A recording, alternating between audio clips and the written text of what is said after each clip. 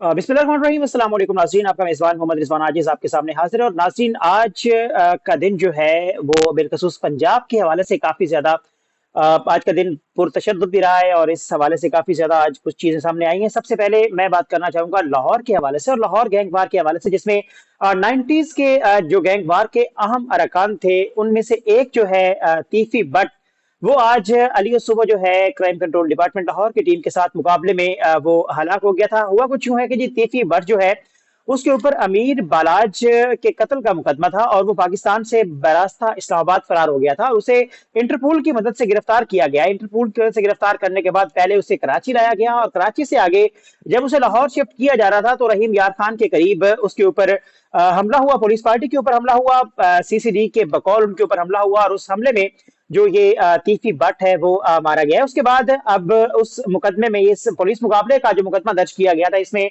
उसका करीबी अजीज है जी गोगी बट, जिसका ताल्लुक उसका ताल्लुक भी लाहौर से है, उसको नामजद किया गया था इस पुलिस मुकाबले के मुकदमा में। अब हुआ ये कि पुलिस ने उसके अपने आबाई घर के ऊपर रेड किया, ताहम जो गोगी बट है वो गिरफ्तार वहां से नहीं हो सका और उसकी गिरफ्तारी के लिए पुलिस ने लाहौर के मुख्तलिफ इलाकों में छापे मारने शुरू कर दिए। और थोड़ी देर के बाद पुलिस को एक इन्फॉर्मेशन मिलती है कि गवाल मंडी के करीब गोगी बट के ऊपर नामरूफ अफराद ने फायरिंग की है कलाशनकोव के साथ। लेकिन गोगी बट जो है इस हमले में महफूज रहा है। उसके बाद पुलिस ने एक स्टेटमेंट दी कि गोगी बट को बहुत जल्द गिरफ्तार कर लिया जाएगा। अभी 2 घंटे पहले की खबर है कि जी गोगी बट जो है उसे भी पुलिस ने हिरासत में ले लिया है और आइंदा उसके खिलाफ भी जो एज पर लॉ प्रोसीडिंग है उसे मुकम्मल किया जाएगा और उसे कानून के मुताबिक सजा दिलवाई जाएगी। या आपको ये बात बताते चलें कि जो लाहौर की गैंग वॉर्स की हिस्ट्री है, इसमें ये 3-4 जो खानदान है, इनके नाम बहुत अरसे से गर्दिश में थे, जेर गर्दिश थे।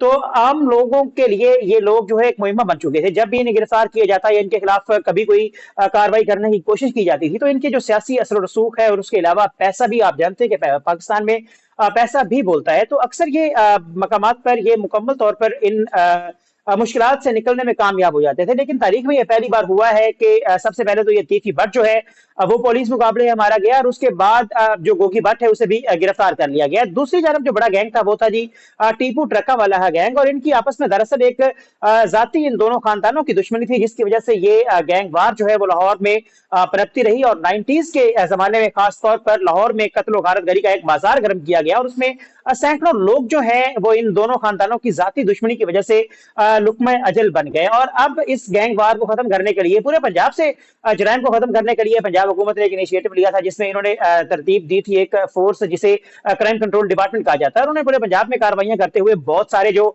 मुलजिमान हैं उनको इन कार्रवाइयों में हलाक हो चुके हैं और इन हलाक शुदगान की तादाद जो है वो 1000 से अब क्रॉस कर गई है। और पिछले तकरीबन 6 माह में जो सीसीडी के साथ मुकाबले हुए उनकी तादाद जो है वो भी तकरीबन 1200 से क्रॉस कर चुकी है और इनमें 1000 कम से कम जो क्रिमिनल्स हैं वो मारे जा चुके हैं आज तक की जो इदादो शुमार है उनके मुताबिक। और इनमें ये तीफी बट भी शामिल है, जिसके बारे में ये समझा जाता था कि उसके ऊपर हाथ डालना आम लोगों के बस का खेल नहीं है।